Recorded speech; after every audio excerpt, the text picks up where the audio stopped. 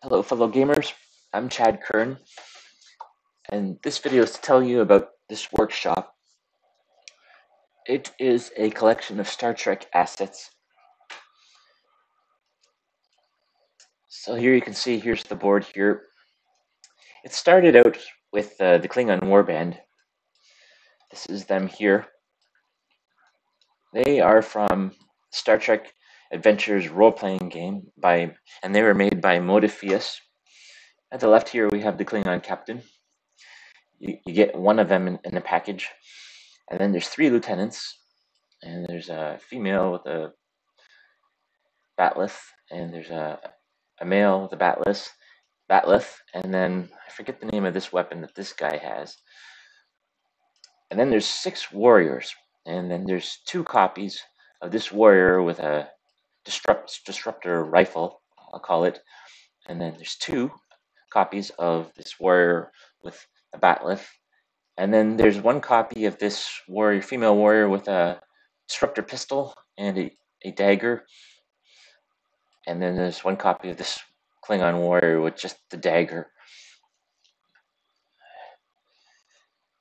I'll talk more about these later, but these are just 2D stands, and I do actually have the miniatures in my room. The actual the Modiphius made, but they're unpainted, and I'll talk about that later. But okay, so what else do we have in the Klingon Empire? We have scan tokens from Star Trek fleet captains, and a control marker also from Star Trek fleet captains. We have a torpedo. We're using a Risk game piece here. This is the Klingon dagger. It is, I don't know how you say that, tic-tac. Okay, so we also have some ships. And the pieces can be moved on these and then moved around. You start in this game as an ensign, and you get a move and an action. So the kind of game experience you want to play depends on where you move. So here's a Klingon fleet. Now these are kind of the game mechanics for them is like Magic the Gathering. So you would need a rank of like Supreme Commander or something to be able to, you have control of all of these ships, and then you could go attack players. We have the Klingon homeworld here, Kronos. There. It's worth 2 game points.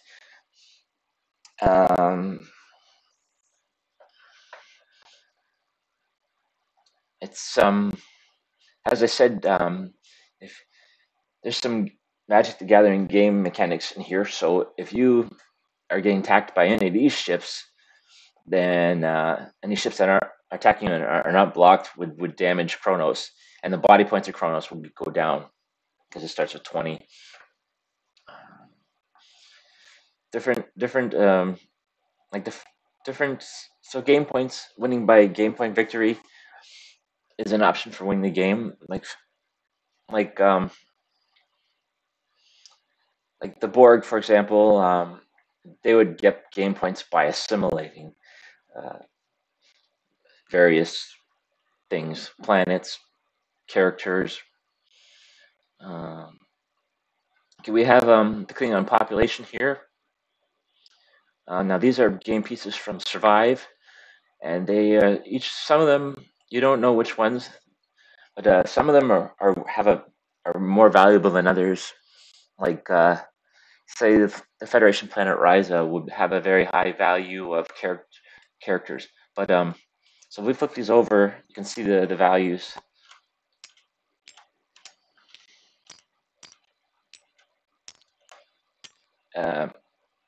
So if you're familiar with the Battlestar Galactica board game, you know that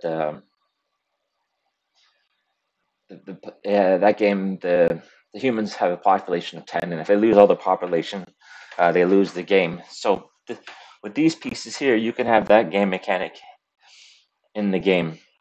The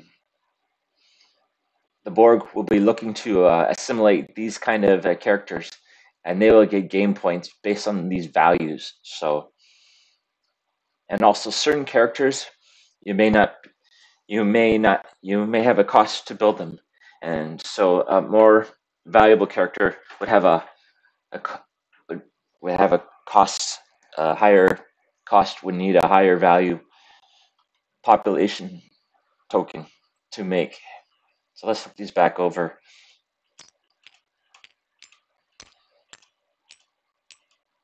So there was a Star Trek game that was um, made based off of Settlers of Catan game mechanics, and these are the cards. Um, the lithium. There's a dilithium card. There's a water card, and there's titanium card, oxygen card, and food. So if you're familiar with Settlers of Catan, there was wood, and so you have these you have the building card costs. If you're familiar with Settlers of Catan, you'll recognize what's going on here. Uh, and then here are the the chips, you know. So your character, if he's on a ship, he'll roll two d6 here to move the ship. So I don't know. Let's just say this is your character and he's on the ship. No, I don't know. And you're on the ship, so you can move 7. So these would turn, and then you can move 7. We can change this to measure movement, and then we could just go 7.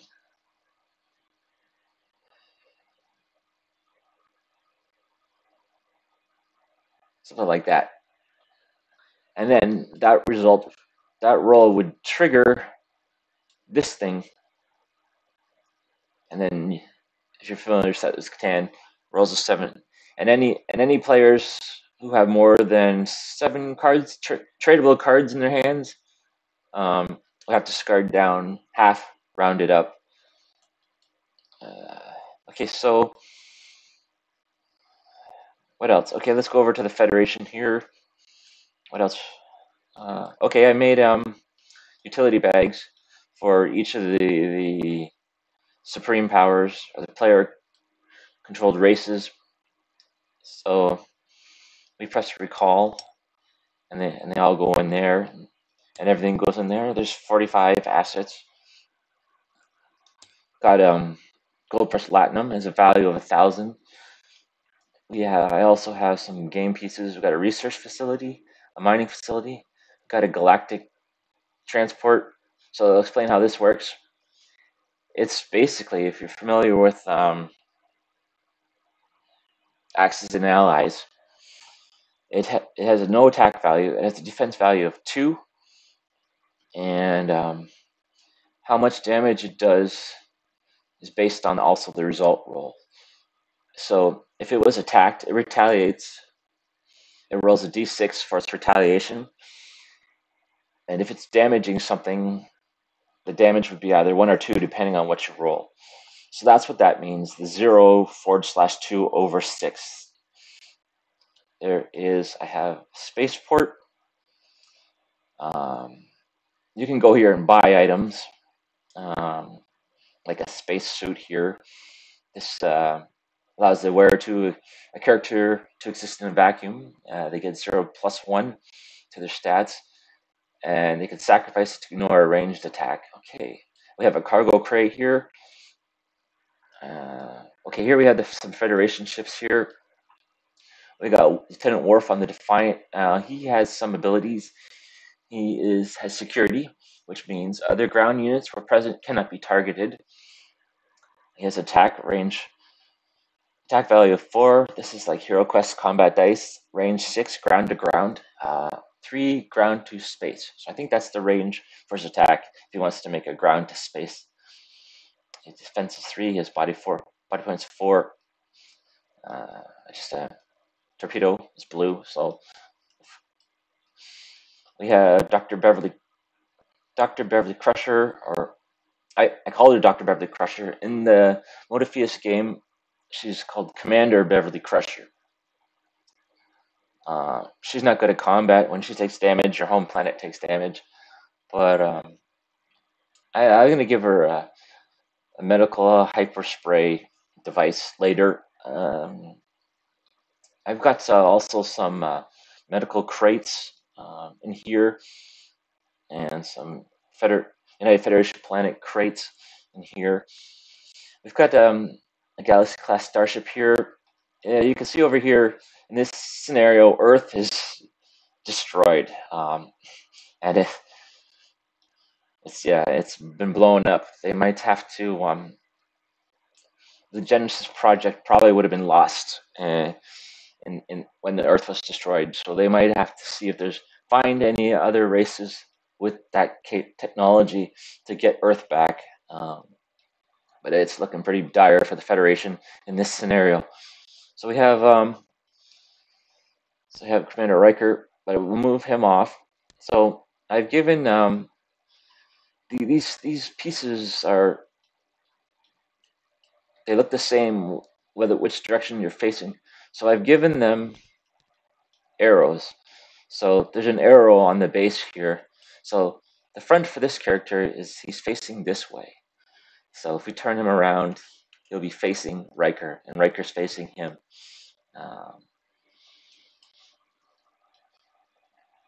So here's the Galaxy class starship. This is the bridge, and this is the engineering, and this is industrial complex. So these can take hits for the ship. The defender chooses where the hits go, but so if we change this to state 2, like the bridge is on fire, and then rooms here. So what does this say? Engineering. Action. Your present engineer can build until the end of your turn where present. Okay, so the rooms can take a hit. If they take a hit, they're on fire, and fire's got to be put out or repaired. Okay, so let's put LaForge. Okay, LaForge has some abilities.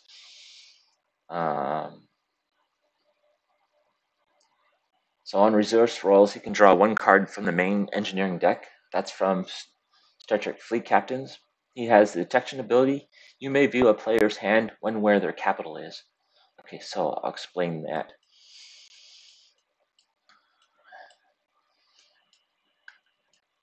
Okay, I gotta put these back. So the player controlling the Klingon Empire has a capital here. So this dictates your hand size. If your capital gets destroyed, I'm thinking that your hand size would be reduced to 5. So it says hand. Enemy pieces present with detection may look at your hand. Scans targeting this location may look at cards in your hand.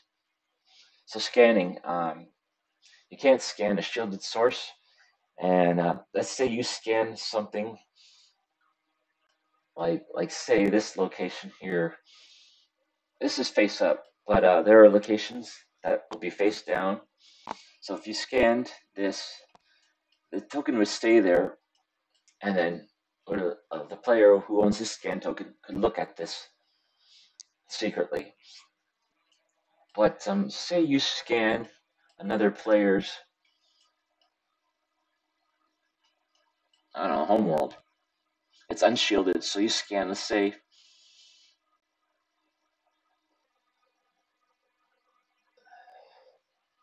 no, it has to be the capital, right?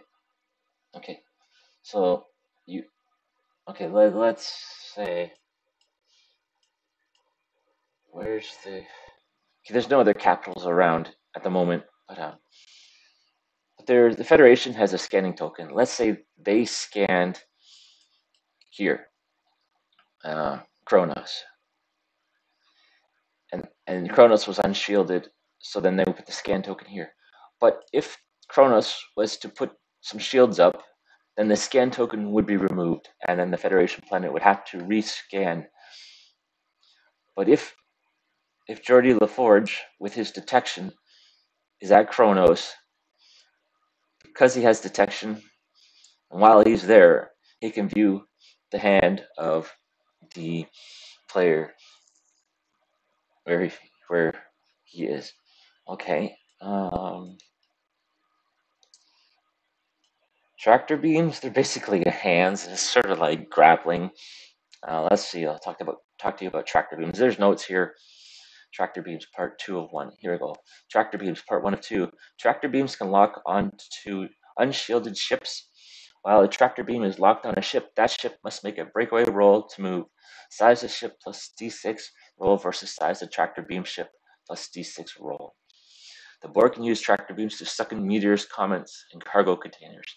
I don't have meteors and comet in the game yet, but the idea I have for a comet is it'll move around the board, around the edges. So if you're a character and you have no ships, or you're somehow lost in space, if you have a spacesuit, the comet comes to where you are, you could hop on board, and you can get around the galaxy with a starship that way. Or a ship could, with a tractor beam, can tractor beam onto the comet, and then the comet can tow the ship around the board.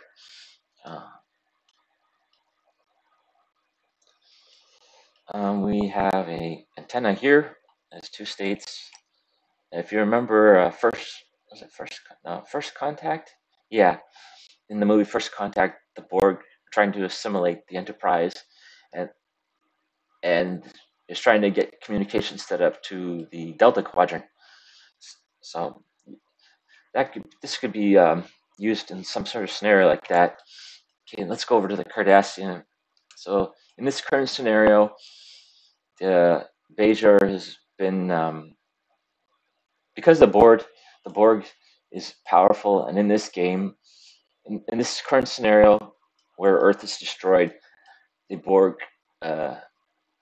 one Borg octahedron survived the nanite virus that Admiral Janeway infected the Borg collective with, and it has gained immunity and assimilated the nanites and came back to the Alpha Quadrant, and so the Borg has power here.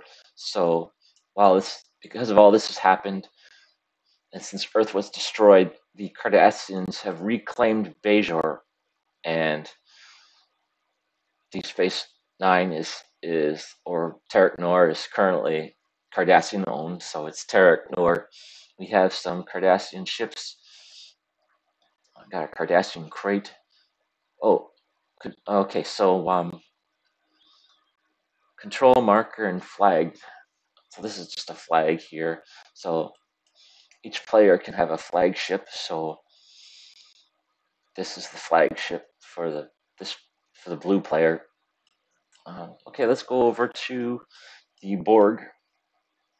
I'm thinking calling this Borg, this big one, a Borg cube hive. So they're all about assimilating. Now I have some nodes here.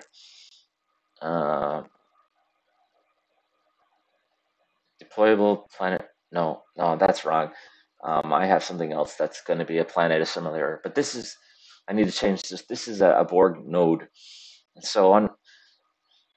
so it can be combined with rooms and ships, or can the Borg hive cube, and maybe the Borg queen, and it can combine with high level Borg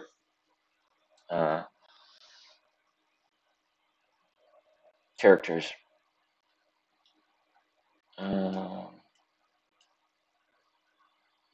We have some furniture over here for the Borg.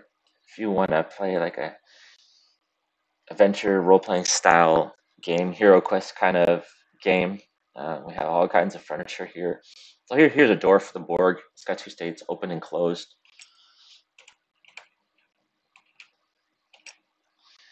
We have a Borg cache. And this is just a strut. I don't know. It's decorative. Uh, any Borg that at a Borg tomb, any Borg that are too far gone to be repaired will just be reprocessed. Uh, we have a head. This is like a hedge. It blocks movement, but not line of sight. We got a Borg cistern. This is here for planet assimilation. This is what we got. Drop pod. Now we have a terminal here. I think this may have come from like a Star Wars game, but on this side it's like a terminal, and the other side is like a server. We had a Borg pillar. This is just like a 1x1 wall. We have a really. This is from, I don't know. Okay, and then we have a Borg crate, and this could be like a power conduit or a Borg mainframe or the Borg motherboard or Borg master drive, some sort of, yeah. It could be used for a variety of things, and I think that's it. Hope you enjoy this workshop.